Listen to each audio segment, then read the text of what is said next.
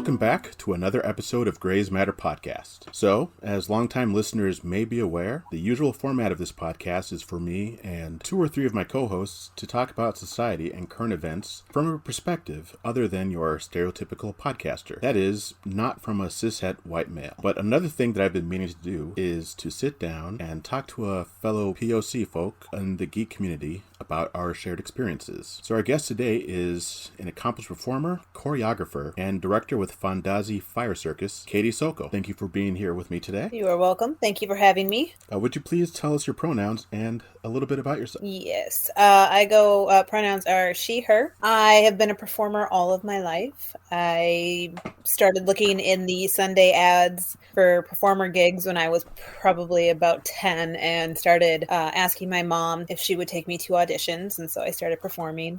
I performed at the Children's Theater, at Stepping Stone Theater, all my high school, middle school plays, and a bunch of community theater around my area. I worked at the Minnesota Renaissance Festival as an entertainer, street entertainer, since I was 14 until I joined a group that was at the time started by Chris and Teresa Meese called Fandazzi. And then later on, I'm not sure exactly of the year, trying to think, but it was after I was married. So probably, I think it's 2010, 2009, 2010, my husband and I took over Fandazzi Fire.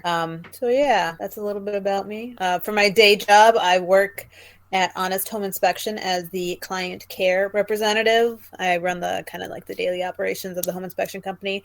I've got 3 kids. Cool. I'm just going to keep talking because I don't know what else to say about myself, so I'll just keep rambling. Well, there is so much to say. You're a fantastic person and multi-talented. Well, thank you. And we first met at the Renaissance Festival, as I recall. Yes. I think you worked at the fencing booth, or you were one of the Sandlot kids? I don't remember. I worked at the fencing booth, yes. Yes. So, my ex, my daughter's biological father, worked at the fencing booth for years and years and years. And I just, even though I never officially worked at the fencing booth, I hung out there all the time, and I knew how to do each job. So occasionally I would, jump in and I never did the ring stuff, but I did like the taking the money or getting people suited up or unsuiting them or blowing up balloons or putting them on the helmets, all those things. And I believe that's where we met. Yeah, I believe so as well. Those were fun times. I enjoyed being out there with you. It was very fun, yes. At the Renaissance Festival, at least when I was still out there, I haven't been there in many years now. Didn't see much by way of persons of color in the cast, let alone in the patronage. Would you say that's changed much since then? I want to say that it's changed more. The manager of the cabbies, he's not white. I don't know how else to say that. I don't know what he is, but he is a fellow person of color.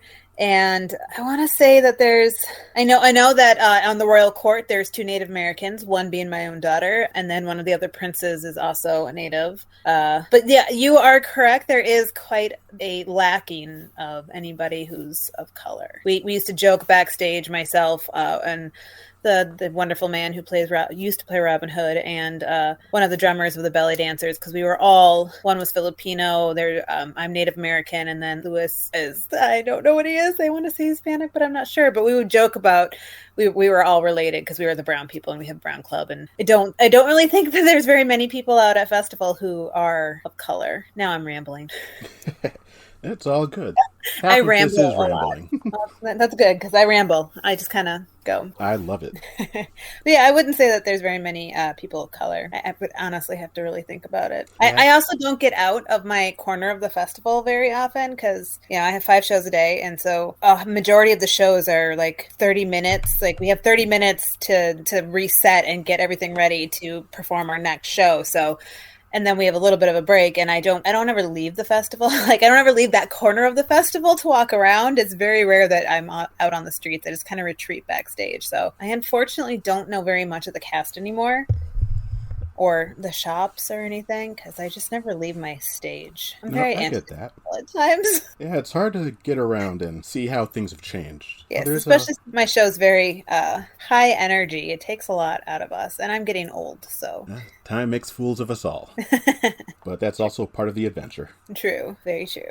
What would you say is the biggest challenge facing you right now, as a person of color in the geek community? I would say just having a voice. Native Americans are very underrepresented wanted in everything. The United States government and Hollywood and the media has done a really good job of erasing us and whitewashing history. So in any sort of community, there is a lack of representation and a lack of Native Americans who are seen. Yeah. I think that's kind of a big thing. Now with all your performances, and I mean, not just your performing at Fest, but your performance background at CTC and everywhere that you've done, were you able to, or did you feel that you were able to help bring more awareness, or at least try to bring more diversity, and not just like the diversity for the sake of diversity, but like actual diverse casting and diverse stories into what you're doing, or at least into the shows you were doing? Well, when I first started, no. I grew up in Minnetonka, and for those who don't know, that's a very privileged and white area. In elementary school, there was like myself and African-American boy and Hmong girl, or maybe she was Korean, I don't remember. And that's all I can remember in my elementary school. And then when I got to middle school, there was probably another 5 or 6 kids. And then in high school, there was about 1,200 that I graduated with for my graduating class, I want to say. I'm not sure. But there was, most of them were not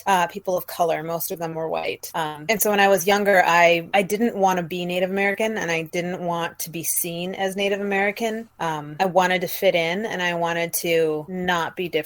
So at the time when I started performing, it was definitely not on my radar to bring diversity. I really just wanted to melt into being a normal white person, if that makes sense. That definitely makes sense. The older I get, though, now I definitely try to bring more education. Like now is November, and I've been really lax this year, but like last year I was definitely posting more about, hey, Fandazzi is an indigenous owned company, and giving a little bit more information about at least my tribe specifically. Because one thing that's never really taught or really discussed about in any situation that I have been in is the fact that each tribe is different, and each tribe has a different voice and view of the world, and they could be similar, but they're different. And so I only can bring what I know or what is from my family, but I try to promote other indigenous artists or people or indigenous merchants who make things. So I try to educate, but I can only educate about my tribe, I feel. That makes sense. Yep, that definitely makes sense. So being one of the few persons of color in a very white community, I can appreciate that. I don't know if I've told you, I went to St. Thomas Academy for high school, so very white. No, I didn't. Yeah. And both my parents, being thespians, and then of course,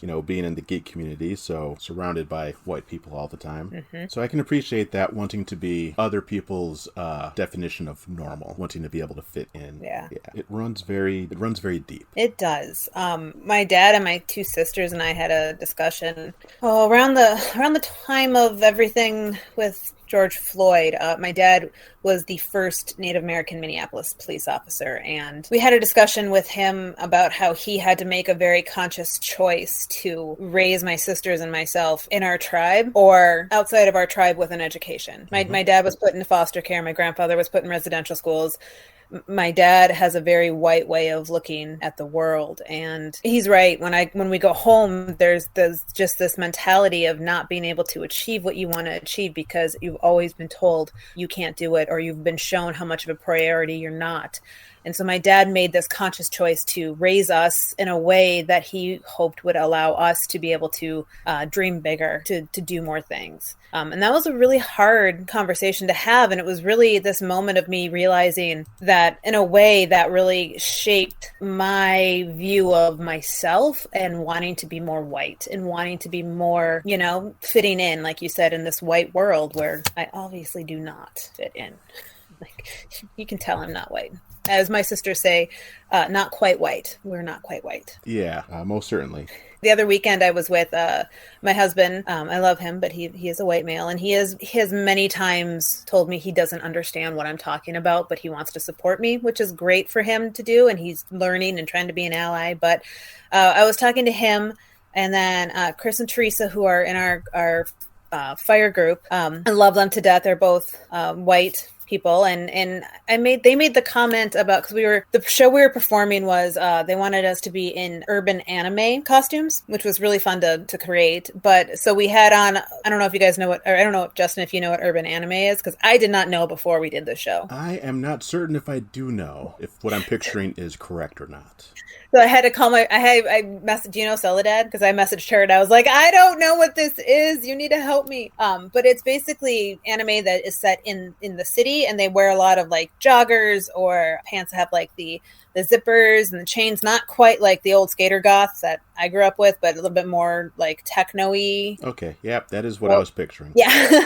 So we were talking about, they said something about, well, people are going to think we're in a gang. And I just looked at them and I go, you guys never had that before? And they all stopped and looked at me. Well, Adam was driving, so he didn't. But there was just this silence in the car, and they were like, no. And I was like, oh. Like, it didn't dawn on me that they might never have been accused of being in a gang before. And I was like, I just kind of assumed that was like every teenager. And I was like, oh wait, that was just me.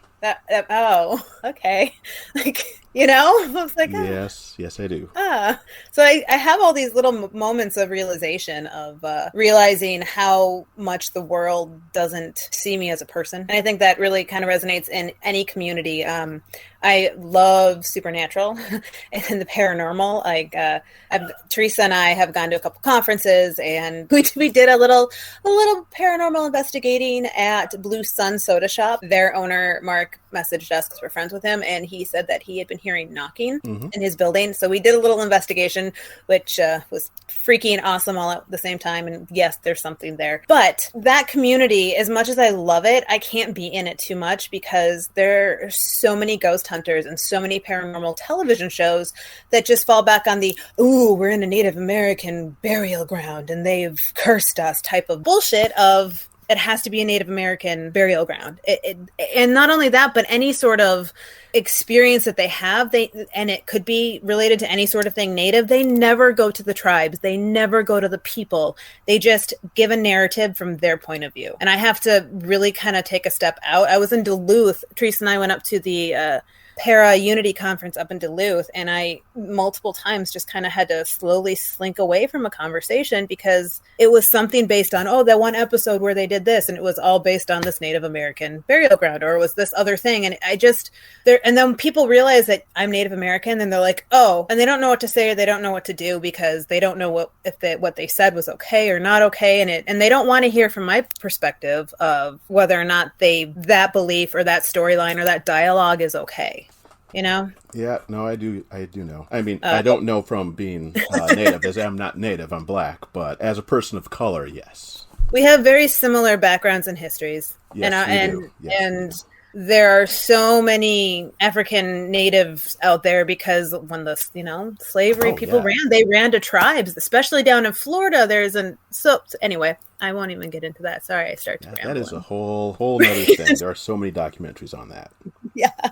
I was in a discussion board about crystals, and they wanted to go harvest these crystals. And I had this really, really, really strong intuition, like this feeling of this isn't right. So I messaged them, and I always say, if, I'm not necessarily a expert, but I put the message on there that, hey, just so you guys know that where you're talking about going and digging up and harvesting these crystals is a national park that has cave drawings and things from the native population there. And I'm pretty sure it's considered sacred ground because, the national park in Idaho is considered sacred ground for my tribe. And I'm pretty sure with the cave things and whatnot. And there's actually been I went and actually found a document that said that these tribes was talking about this area and being sacred. And I said, please don't harvest anything because you don't know the relationship with the land.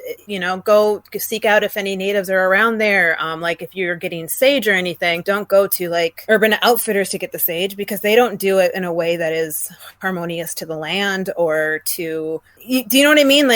It's the energy there is all wrong, but whatnot. And the response back I got on that message board was, there's no natives around here. And to which I wanted to scream, have you ever heard of the damn motherfucking Trail of Tears? Yeah, there's no natives around there because the fucking government made them all move. And I didn't say anything, and Teresa's on the same board. She's kind of my mouthpiece sometimes when I can't talk, because then she jumped on and basically was like, you're a moron. And she's also a writer, so she very eloquently was like, you're wrong. And I came back with yeah, I get that because of X, Y, and Z, but you're wrong to think that what you're doing is right. And I get that I get a lot of pushback because people don't want to hear from my perspective on things. You know, it makes them uncomfortable. Oh, yeah. And I'm learning that's okay. The older I get, the more comfortable I am with being Native and not fitting in and being okay with making other people uncomfortable, because I've been so uncomfortable for so long in different groups and situations, which I'm assuming you have been too, where you just don't know what to say. Many times. I'm not a very confrontational person, so I more than once will just kind of like look like a deer caught in headlights and just be like, okay, because I don't like confrontation. Yeah, I tend to shut down with confrontation in person normally, unless I'm defending somebody else.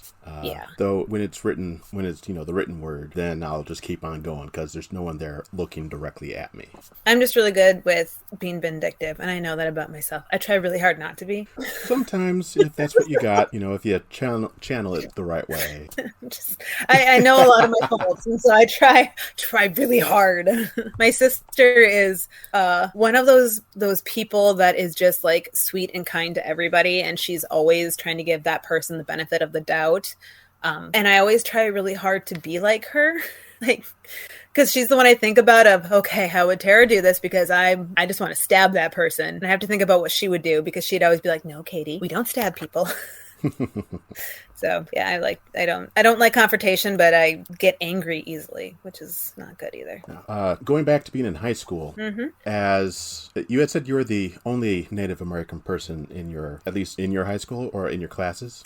In my classes, I have two sisters, so they were natives. My sophomore year, another family moved in to the school district. Now there's more because I moved back to the same area that my kids went to, or that I graduated to for my kids to go. Our Minnetonka School District is extremely good. They're great with special ed, and my son needs the special ed attention. Plus, they had the Chinese immersion, and my oldest daughter was at one of the charter Chinese immersion schools. So when we eventually tried to buy a house and move, we tried to come out here to be where the kids are. So I know that it's more diverse now. We actually have a meeting next week with all the Native American families in the school district about how they're teaching things and what they're doing. Unfortunately, there is those motherfuckers. I have no other word for them. Those motherfuckers who, don't want to teach critical race, and they don't want to have any discussion about this, that, or the other thing.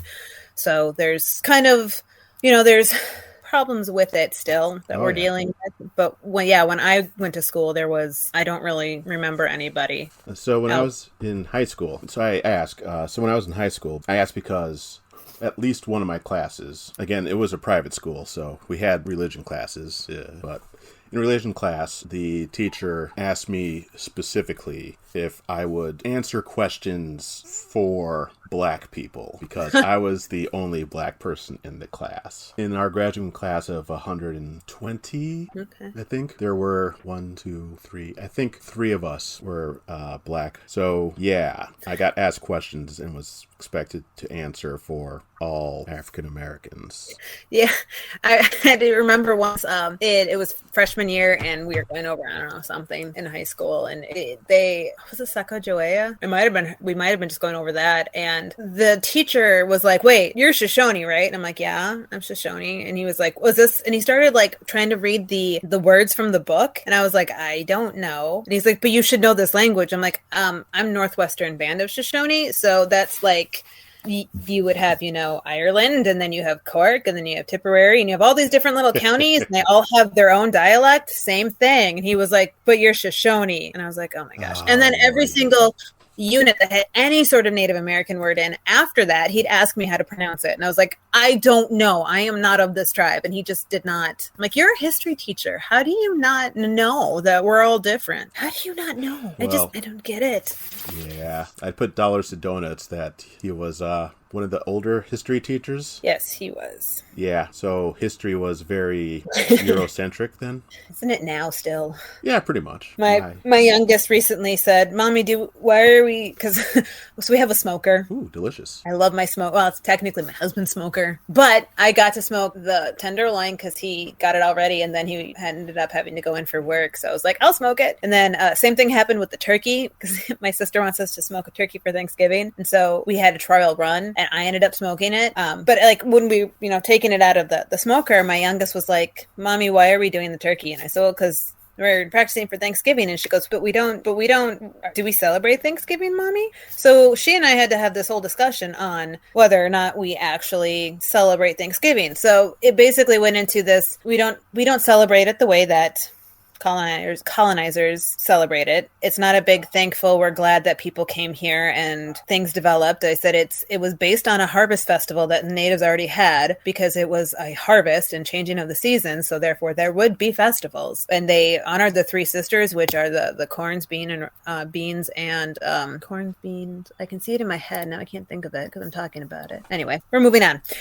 So we had this big discussion about it's okay to still celebrate it without celebrating it, and it's okay to be mournful and mourn what happened, but still be grateful for what we have now, because it's a hard thing to want to celebrate. Same with 4th of July. You want me to celebrate a country that has tried to kill who I am and all of my family, and you want me to celebrate that? But at the same time, my brother-in-law is a major in the military, and my other brother-in-law is in the Navy, and like I support them. It's a really weird dichotomy of when it's okay to be proud or not be proud, and be proud of which part of me. And yeah, so I don't even know where I was going with that, because now I'm on a tangent again. Oh yeah, that is difficult. Tangents. Yay. Corn, beans, and squash? Squash, thank you. Like I had one today. Squash. Certainly. Yeah. It was a flip of a coin in my head. I had to think of the appropriate region. I will. When I was picturing it, I was picturing butternut squash, but I'm like, what is that? It's not a gourd. It's not a pumpkin, and I couldn't think of the actual word for it. I've just become to realize that I think I have ADHD, learning more in adulthood about it. And one of them is, getting distracted really easy, which I just thought was a funny little quirk about myself. But I really think I have ADHD. Well, I mean. So. As a person of color and someone assigned female at birth, likely to have it and be misdiagnosed, so it is possible. Yeah. And also, being a part of the geek community, at least from my perspective, it seems like more members of the geek community tend to be ADD, ADHD. Well, I think that because we're more open to people being people and understanding that everyone likes different things. Exactly. I will say that the geek community is a lot more open than other communities that I have found. Agreed. And I do really like that there's, people are willing just to give you a chance and to listen to you mostly, which is great. But that tangent had come up because I had mentioned how I was one of the few black people in my school and being asked to speak on my entire race. And I was asking if you were being asked to do the same thing at some point in high school. Oh, yeah. Just random little... it wasn't usually like a teacher. I don't have professors then. It was more like the students asking me just general questions. And not understanding, like asking me, do I need to have, do all natives? I don't even know. I can't even think about it, but I just feel like they generalized everything I did. Like once they found out I was Native American, it was always like, oh, but you don't drink. I'm like, so? Or, but you don't live in a teepee. Yeah, I live in a house. Like, do you know what I mean by that? Like, it was just kind of like every generalization that they ever had was enforced on me. Oh, yeah. So, for me, but no, I don't think other than just, I'm sorry, what? I said, for me, you don't play basketball. No. Don't do drugs. No. I'm boring. I am seriously boring. You are far from I've also been asked a lot of, like, do something native. I'm like, I don't even know what that means. Yes. The magical native. Here, I'll drink a sip of water. That's something native. Like, I don't even know how that used to come up a lot. What do you do that's native? I'm like, I don't know. What do I do that's native? So I've never been asked to speak for my race, but I have been generalized and put into the box and questioned why I was not like what other people have perceived me or learned that I was. I mean, I've even had middle schooler, when I was in middle school, I had a girl who found out I was Native and was like, but you're wearing normal clothes. just kind of shows you what Hollywood has done. It only portrays us back in the 1800s with buckskin, It's like, no, of course I wear normal clothes. What do you think I was going to wear? Yeah. Oh, that reminds me of an episode of Star Trek, the original series. And I can't think of the episode's title. It's the one where Kirk loses his memory and gets married to Miramane. And she couldn't figure out how to take a shirt off. Such a terrible episode. I don't think I've seen that one. My mom was a very big Next Generation fan, so I've seen all of those. Yeah, the original series was something else. Lots of good stories. That one was not one of them. It was, I would say it's tied for the most racist episode of Star Trek in all time. Mm-hmm. Tied with that Next Generation episode with all the black people on the black planet. Nice.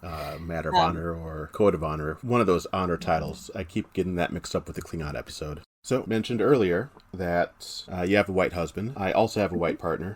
Have you gotten any, how should I put this, negative reactions from people for dating and, well, marrying interracially?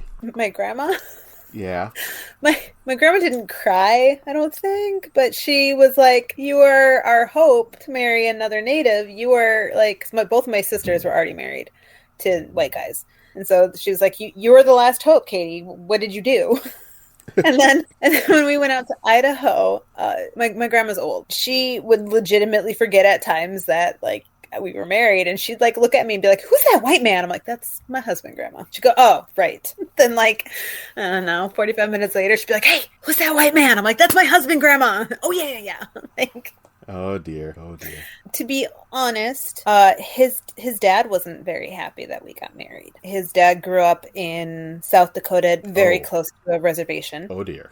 And his dad and I had many talks before Adam and I were married. He kind of gave me the whole, this is where I grew up, and I knew that I knew the area, and it's not a good area for the tribe, and a lot of the MIA stuff happened. The AIM, sorry, I think I said the wrong thing. I think I said MIA. So the American Indian movement was very close to where he grew up. And so he had a very negative view. But as soon as he heard that we were engaged, he has tried his best to restructure the way he thinks. He has always been very kind to Haley, who is my oldest. She's not Adam's biological daughter, but he has never treated her any differently. He will now text me and ask me questions about, is it okay to say this? Is it okay to say that? Or I was reading this article. What do you think about it? So he's trying really hard to restructure his thinking. So, but other than those two, I think that's really it. Because I get a lot of the people not knowing what I am, and so they're not really sure if we're, interracial marriage. And Adam's very dark. He has a very dark complexion. He has dark hair, dark features. His skin is not dark, but people sometimes will assume he's something else than what he is. So no, not really. All right. I get what more than anything. I get people thinking that I am Hispanic instead of Native. So if I've ever had any sort of misunderstanding about anything, it's usually Hispanic. I've been chewed out by a little Hispanic man for not knowing Spanish about my heritage and how I needed to be more proud. And then after he didn't yell at me, but he was upset, I explained that I was Native American and that I was not Hispanic.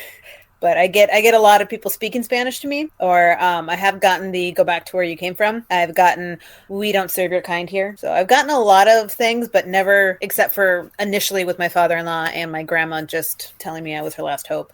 Never had a problem with intermarriage racially or whatever. That's interracial marriage. That's it.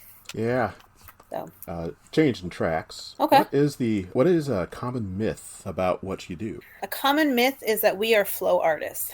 What's a flow artist? A flow artist is the people who do Burning Man, the Minneapolis Fire Collective.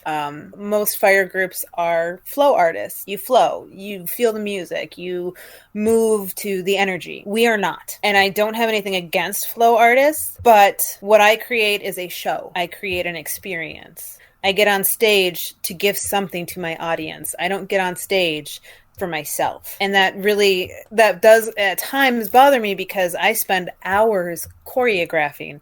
our pieces are extremely, extremely choreographed. Like you watch, Hamilton, Alvin Ailey, we're not necessarily that skill level of dancers, but we are just as choreographed as they are. It's very much where do you put your, you step this way, you go over here, you have to go over here, you have to move over here, move up stage, down stage, left stage, you spin on this beat. There is very little improv or flow that goes into our show, but people assume because we do fire that means we do flow. Wild. Yeah. I would picture with fire to be very choreographed because it's dangerous. It is, and that's one thing what you're doing, but we're huge on safety. We have a lot of safety things that go into our show. But yeah, so we were at Nebraska Renaissance Festival, and we had two flow artists come up to us, and they had all their toys, and they're like, we were just hoping we'd be able to step on stage and do some performances with you guys. And we're like, no. And they were kind of taken back, and they're like, but we're fire, and we were told you guys are the troupe. And we're like, yeah. And trying to explain to them that we have a very highly choreographed show was like, you could just see their minds not computing it. Like they didn't understand what I was trying to say, and then what Adam was trying to say of, we can't just allow our insurance and the contract we signed would not allow us just to let strangers on stage, and B, we have a set show, because in their head, a fire troupe equals a flow troupe. And we've gotten a lot of, well, why don't you come do these flow jams or these flow sessions? And, great, more power to you. But I have 3 kids at home, and I have a full-time job, and I have to make dinner and get my daughter to swim practice. And I have to do this and I have to do that. The last thing I'm going to go do is go to a studio in North Minneapolis and spin with people. Like, I'm great. If that's what you want to do, great. But I just don't have the time or the energy to do that. And I get a lot of people think I'm snobby about that. And it's not that I'm trying to be snobbish. I just I don't have the energy, Oh yeah, definitely. So it's never been about my race for any sort of stigma. It's always just been about that's really the big misconception about our show and about performing, or at least right now where I am in my life. How would your family and friends describe you? Weird. Yeah? My sisters have often said that I'm like that crazy little sister. I think that's a good thing. I don't know. Caring, I would like to think, empathetic. Like Dory, I have people call me Dory before. Because I'm a delay fish. Oh. I get distracted. Keep swimming part or the forgetting stuff part? Both. Okay. I keep a very, very distinct bullet journal that I have to write everything down in, and I have to make checklists. So before, many, many years ago, I worked for Franklin Covey. I don't know if you know what Franklin Covey is. I do, yes. Okay. For those who don't know, it is a planner system. And I worked in their store. So I worked there in and out of college and in and out of having Haley. So it was never I'd work there for a year, and then I quit for 6 months, and then I'd end up going back. And every time you get hired on, you have to take the Franklin Covey course. So I took that course 5 times, and I got very dependent on writing things down. I can't I can put it in the phone in my calendar, but I have to write it down. Otherwise I'll just ignore my phone. Yeah, I can see that. I get that. I don't remember where this came from. You have to remind me. See, tangent. Oh yeah, I had asked how your family and friends would describe you. So see, I forget things. So I've been forgetful, and just the just keep swimming. I very much have that just get through it, and then after you get through it, then you freak out. You do know what I mean by that? Yes, okay, I do. Keep going. So yeah, and what a lot of people don't know about me is that I have chronic pain. Mm-hmm. So that just keep swimming mentality is very, very innate in me. Of just keep going, just keep going, ignore the pain, just keep swimming, because I don't like to be contingent upon it. I don't like it to stop me. I don't like it to hinder what I want to do, and unfortunately, it does at times.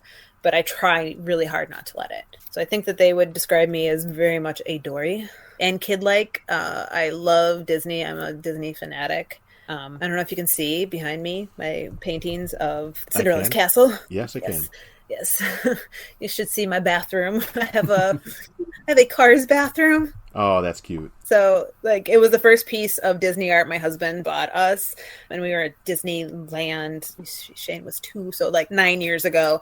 And we have this about 3 foot by 3 foot. He got it. It's a metal painting of Mater. And then I got us some, I don't know if you know who Chip Foose is. I don't know. He used to have a show on TLC. He's like, he restores cars. Oh, okay. And he also like does the drawing of the hot rods. And so he redid Mater drawn as a hot rod. So we have that in the bathroom. And then we have some of the statues in the bathroom of Mater and McQueen. And yeah, I'm a huge Disney fanatic.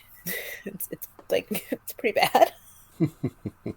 So yeah, so distractible, easily forgets, likes shiny things, caring, non-confrontational. Pretty much I'm willing to work with most people, and people understand that about me. So that's how I think they would describe me, but I'm not really sure. Now, if you could have a billboard with anything on it, what would be on it and why? I have to think about that. But did you know that I was on a billboard and so I was on a billboard in Wisconsin blowing fire, and I was in my festival costume because it was for the Renaissance Festival that's out there that we were performing at, and they photoshopped out my cleavage. Apparently there was too much of it, so they photoshopped it out. So it was just like skin, flesh over where you would think cleavage should be on a billboard. It was so horrible. Wow. It looked so bad. So not that. I don't want that on the billboard. Wow. I would probably have some sort of quote from somebody on there. I don't know. All right. Or some joke to make people... I like making people happy and I like to make people laugh. The best compliment I think I've ever gotten was when an acting coach of somebody told them that I reminded them of Lucille Ball. I was sexy and funny, and that was amazing to me because I like to make people laugh and I want to see people having a good time. It's like the whole point of the show that we create is to give people this moment of happiness. And so whatever I could put on a billboard to make people happy that's not harmful to anybody else, I think I would. So I don't know. Rainbows, puppies? Puppies, probably puppies. I like puppies. Puppies are cute. So puppies. I think. I might change my mind later, but for now it's puppies. You're not expected to be the same person tomorrow as you were yesterday. And I probably won't be. What's giving you hope right now? What's giving me hope right now? I don't know. I'd say my kids. Yeah. Yeah. Watching them learn and watching them want to change things and watching them find who they are gives me hope for the future. That makes sense. It makes perfect sense. Yeah. And I hope they have a great future. I hope so too. I worry sometimes, but sometimes not. Sometimes I get very hopeful for them. Well, as long as we keep trying and working for it. That's right. Keep moving forward. Keep setting great examples. That's probably the hardest thing, is to set a good example. So true. So true. Especially for my kids. You had mentioned earlier, well, you had said at least that you didn't drink at the time. And I'm just curious if you still don't. And if it's for the same reason that you don't, that I don't. Yes and no, if that makes sense. It does. Like, I didn't drink for a long time. Growing up, I grew up Mormon, LDS. Okay. And so that's the Church of Jesus Christ of Latter-day Saints, and no coffee, no tobaccos, no drugs, no alcohol. And so that was a long time of not doing that, just because that was the religion. And then once I did start drinking, my dad was an alcoholic. My stepdad is a recovering alcoholic. So my dad's a recovering alcoholic as well. And when Adam and I got married, we sat down and I said, I need us for many years, for, at least the formative years of our children. I don't want us to drink. I want us to remember this time. I want us to be completely 100% present for them. And so that's how we were. We didn't drink. We didn't do drugs. We were just with our kids. Being present is beautiful. It is. And so, I don't have a problem drinking. Mm-hmm. It's nice to have a glass of wine every now and then, but I try really hard to be present with my kids. And I have chronic pain, so I do use at times painkillers, and I don't like to not be present. Oh, yeah. So I try really hard not to ever be too out of whack or too, out of it when especially if it's just me with the kids. I won't. Haley, my oldest, she's 17. She'll be 18 in January. She's very good at times she'll see how much pain I'm in, or like I can't move, or that I'm, because I have arthritis, which is part of my chronic pain. So she'll see me, I'm rubbing my hands, or I can't grip something. And so she will, at times be like, Mom, I got things. You can go rest. It's going to be okay. But for the most part, I really feel like I need to be present for my kids. Well, being present is why I don't take drugs. I don't drink alcohol because I don't like the taste. So not really, kind of the same reasons, but not quite. The being able to let your kids, when they say, I've got this, do it for you? Did it take time for you to say, okay, I'll let you do it? Yes. Yeah. And I still struggle with it. And, there's times when I go like to try to help, do the dishes or clean up, and Adam and the kids are very good. All three of them no, Mom, go sit down. No, Mom, I'll get that for you. But it's a long, hard road because I don't want to admit that like my body's failing or that I can't grip anything. And I've learned this year that things are extremely worse after festival because I put so much energy into performing and not allowing anything to hold me back that once the season was over, it took me longer to recuperate. It took me longer to rest. It took me longer because my body was just like, screw you. You just ignored us for the last 3 months doing whatever you want to do. And so my body's been really upset with me, but it is what it is. Oh yeah, bodies are wild. Yeah, especially the older you get. I don't mind getting older. What I mind is my body not doing what I want it to do anymore. Oh, definitely. But other than that, I really don't mind aging or getting older. And getting older is great in that you get to have more experiences. It's just the experiences wear on the body. Yep. What is one question that you wish I'd asked you, and how would you have answered it? Man, I don't know. I have no idea. I have to think about it. That's all good. I honestly never have an answer for this one either. I don't know.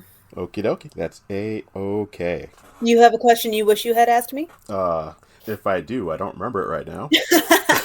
I don't remember what all I've asked you so far or not. No, that's fair enough. After I listen to this and, write down the show notes and such, like, oh, hey, I should make certain to ask this another time. Or it'll come up in conversation sometime, and I'll be like, maybe we should do a part 2 at some point and talk about this. We could. Yeah. But we have been recording for a little over an hour now, so we should probably wrap it up. Okay. Fandazzi, you can find us on Facebook and Instagram. It's spelled Fandazzi. We also have a website. I don't really do anything as me because I don't like to post my kids to people I don't know online. Yeah, definitely. So I'm not going to give out my stuff, but I'll give out Fandazzi stuff. Yeah. I post a lot of stuff. Well, I don't. I do. I go in like these little waves where I'm really good with social media, and then I'm like not. And then I'm really good with it, and then I'm not. All right. Thank you very much for being here and sharing all these experiences. It was very nice. Good to talk to you again. It was very good to talk to you again, and I look forward to talking to you again soon. Yes, me too.